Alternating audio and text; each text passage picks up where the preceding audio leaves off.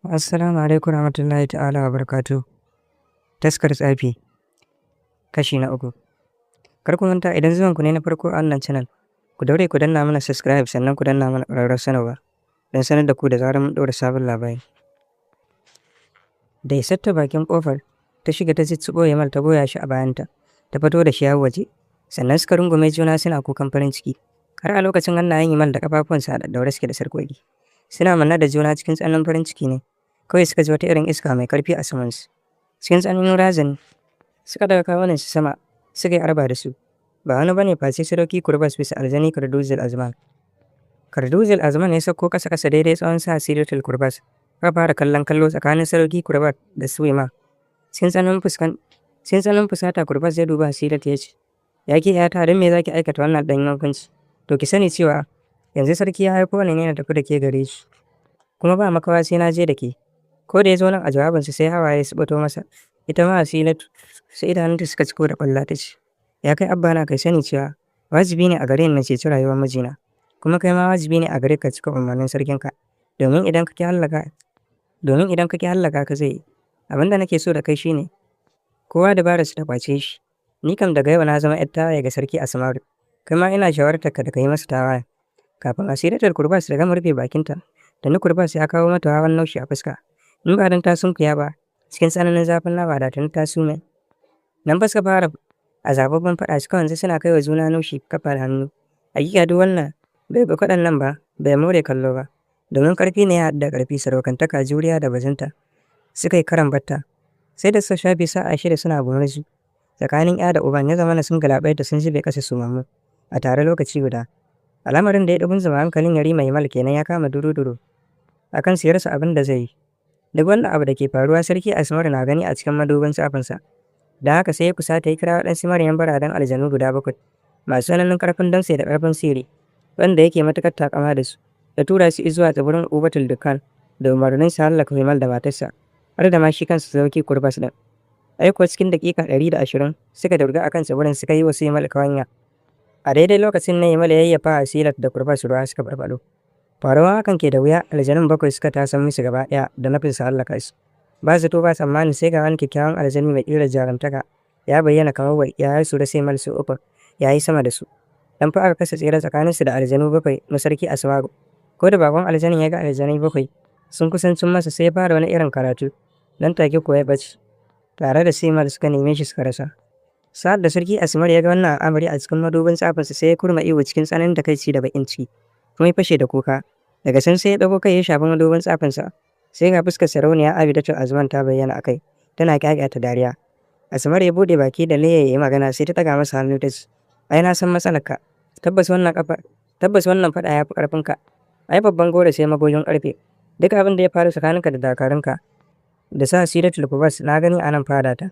Kar ka damu ni da kaina yanzu nan zan yi shiri na bi aljanin da ya sace su da kamo su gaba ɗaya." Lokacin da baban aljin ya sayar da hadaman sarauniya Abidatul Azman dauke da sa Siratul Kurbas bai soke su a ina ba sai a tsakiyar wani daji mai yawan dawa. Ya soka a ƙofar wani dutse akan buzuwa ƙofar kogon wani kyakkyawan saurayi ne sanye da fararen tufafi. Ya rike carbi yana lazimi. Su dai sa Siratul Kurbas tunda wannan aljin ya sace su suka kasa magana don tsananin mamaki. Duk tsawon tafiyar da suka yi a sararin samaniya ɗayansu bai ce ufan ba. Kawai dai sun yi zuru ne su ga ina za a kai su da dalilin da ya sa aka ceci rayuwarsu.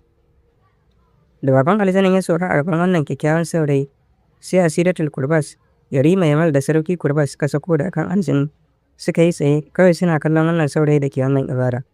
Jim kaɗan sai saurayin ya hattama ibadarsa, sannan ya goye dubu bakon aljanin ya ce, "Ya Marwani Lasabu, a ina ka samu waɗannan mutane haka? Kuma saboda me ka zo min da suna?" Ko da jin wannan tambaya sai Marwani Lasabu ya rusuna. Yana mai dukar da kai ƙasa, ya ce, "Ya shugabana, kamar yadda ka sani cewa ka umarce ni da na dinga kai ɗauki a lokacin da na ga za a yi zalunci, a yau ma hakan ce ta faru gare ni. Ka sani cewa a wasu sa'o'i kaɗan da suka wuce a yau na je gifta ta nahiyar birnin Kusa. Ta cikin dajin da aka gina wani katafaren kurkuku sai na ga wannan mutane a cikin mugun hali. Kuma sai na ga waɗansu baƙaƙen aljanu suna shirin afka musu. Na haka sai na yi sauri na ɗauke su. Daga wajen na so na basu a wani wurin to amma sai na yi tunanin cewa ya kamata na kawo su gare ka. Ka tafi da zuwan nasu zai zama alkhairi." Sa'ad da aljani Marwan Labas Sa'ad da aljani Malwanin Hasab ya zo nan a zancensa sai kyakkyawan saurayin nan ya murmushi. Sai kyakkyawan haƙoransa farare sun suka bayyana. Sannan miƙe sam daga kan bujin da yake zaune. Ita ko kafafunsa ya taho wajen Sadauki Kurbas.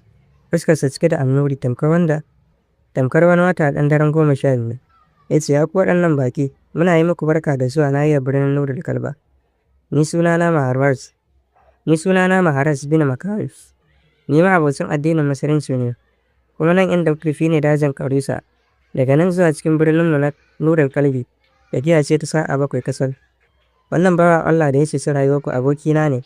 Bisa yaɗa addinin mu cikin duniya, ba wani abu ne ya fito da ni daga cikin birnin mu ba ce ƙoƙarin ɗaukar addinina. Ina tabbatar muku da cewa ba zan kasance mai cutarwa ba a gare ku. Idan babu damuwa zan so ku bi wani zuwa cikin kogon nan domin ku huta, kuma ku ci ku sha sannan ku bani naku labarin. Yayin da Sadauki Kurbas suka ji wannan jawabi, sai suka kwantar da hankalinsu kuma suka amince akan za su bi Maharas zuwa cikin kogo. Maharas ya dubi Yarima Iman, ya ƙafafunsu da hannayensa da ɗaure suke da manyan sarƙoƙi, kawai sai ya ce Bismillahirrahmanirrahim. Sannan sai ya shafi sarƙoƙin hannunsa da ƙafarsa. Take sarƙoƙin suka zube ƙasan tamkar ɗora su aka yi a jikinsa ba ɗaurewa ba. Al'amarin da ya matuƙar ɗaure sa Siratul Kurbas kai kenan suka firgita da al'amarin Maharas. Ba tare da ɓata wani lokaci ba Maharas ya wuce gaba zuwa cikin kogon. Su kuma suka bi bayansa kamar ana jan akalar raƙumi cikin kogon. Kogon ya kasance wuri mai faɗi kuma a haskake yake, alhali babu fitila ko ɗaya a cikinsa. An shimfiɗa wani babban buzu a wajen sannan a gefe ɗaya teyu ne na ruwa da 'ya'yan itatuwa iri kamar su inibi, ɓaure, gwanda, ayaba da sauransu. Nan take Maharas ya zauna akan faffaɗan buzun sannan ya wasu Kurbas izinin zama. Suka zauna. Maharas ya ɗauko 'ya'yan itatuwan ya zube a gabansu. Sannan ya zuba musu ruwa a cikin kofunan ƙasa. Su duka. Nan fa kowannensu ya cika cikinsa.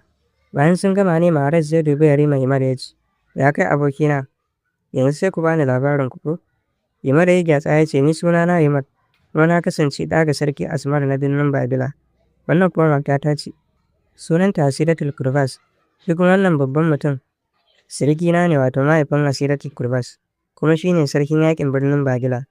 Nan dai Yarima Himar ya kwashe labarin su kafe zayyane wa Maharas.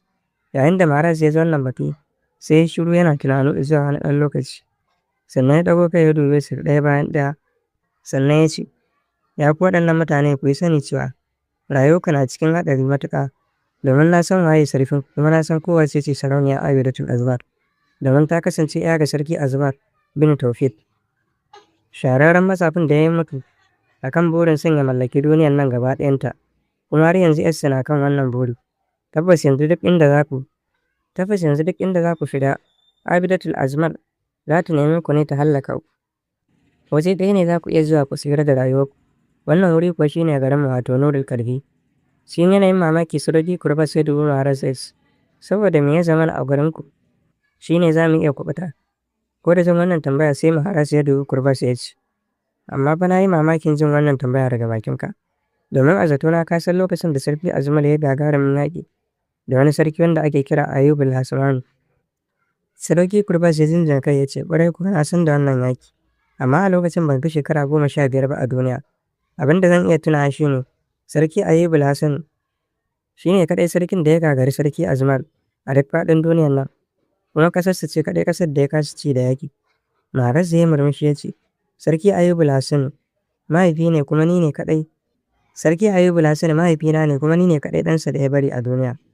A yanzu haka ni ne na gaji sarautarsa. Ko da jin haka sai Siratul Kurbas ta ce, ya kai Maharas, me yasa kana matsayin sarki amma ka baro birnin ka ta wannan daji ka zauna? Maharas ya murmushi ya ce, saboda ku na baro birnin na ta wannan. Domin tuntun na yi mafarki an nuna min cewa zan haɗu da wasu jarumai daga cikin birnin Babila a nan daji, wanda in dai na haɗu da ku kuma na haɗa kai da ku, zan samu nasarar kawar da zalunci a duniya.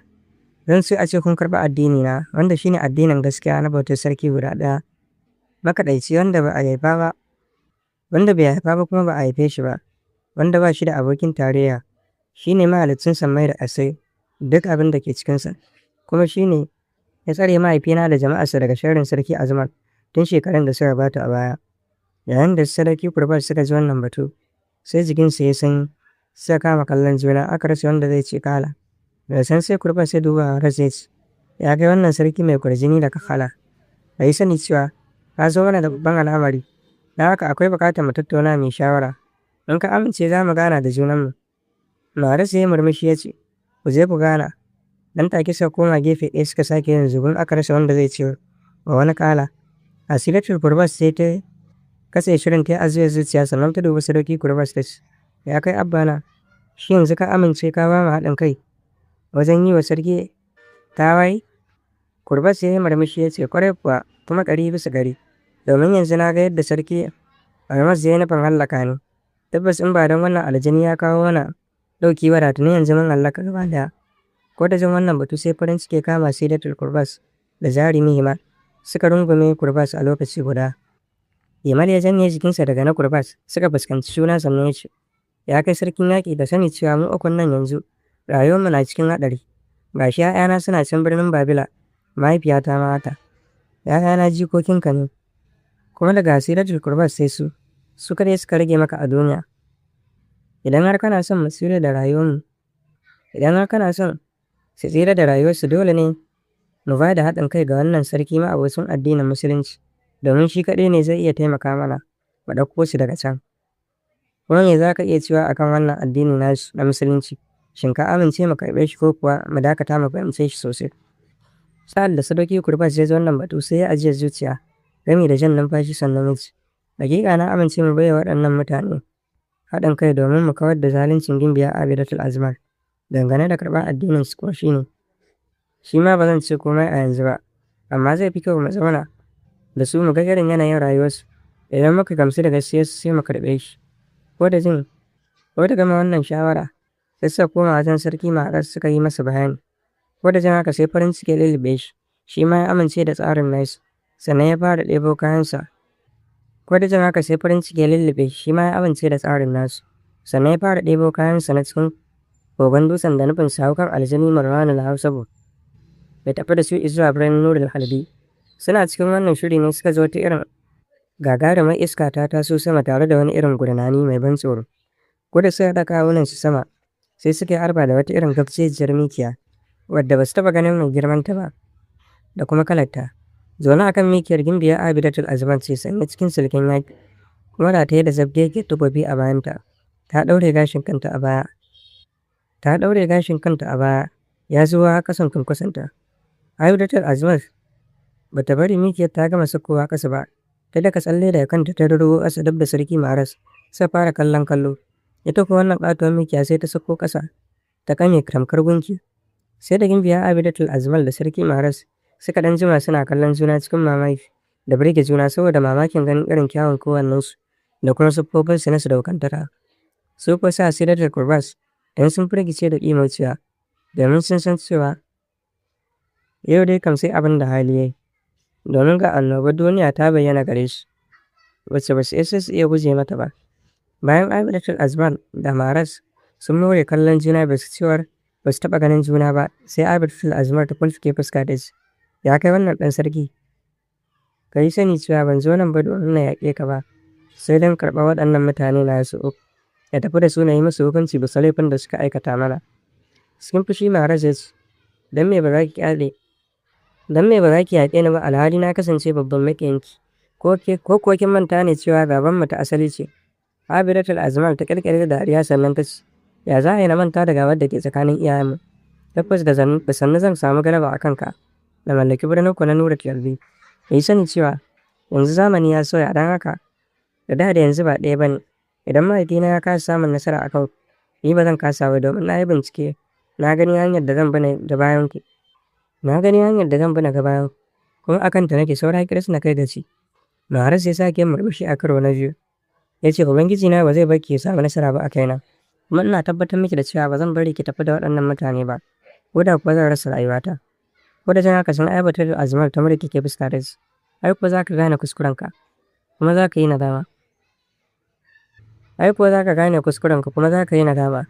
Kafin Maharas ya ƙara cewa komai ta na Abidat ta zare tubabinta sannan ta dubi Maharas ta ce, ina son mai yaƙi ne da kai da tsagurin ƙarfinmu da jarumtakanmu.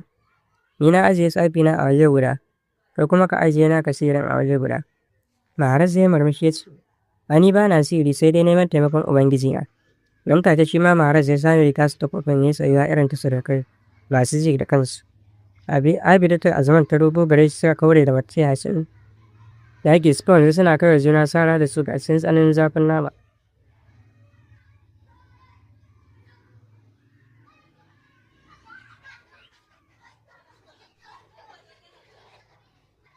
Nan take shi ma Maharaj ya zare tasu takobin ya tsayuwa irin ta surukai masu ji da kansu. Abidatu Azman ta rubo gare shi suka kaure da matsayacin faɗa. Suka kaure da matsanancin yaƙi suka wanzu suna kawai juna sara da shuka. Cikin tsananin zafin nama juriya da jarumtaka fiye da tunanin mai tunani. Hangen mai hange, jawabin mai jawabi. Duk irin sadaukantaka da sadauki kurbas sai da suka raina kansu. Suka san cewa lallai gaba da gabanta. Sai da sa'o'i biyar suka shuɗe waɗannan jarumai suna fafata ɗinsu bai gazu ba. Kuma ba su samu damar yi wa juna rauni ba. Har ya zama na takubbarsu sun dakushe. Alamarin da ya fusata jaruman kenan.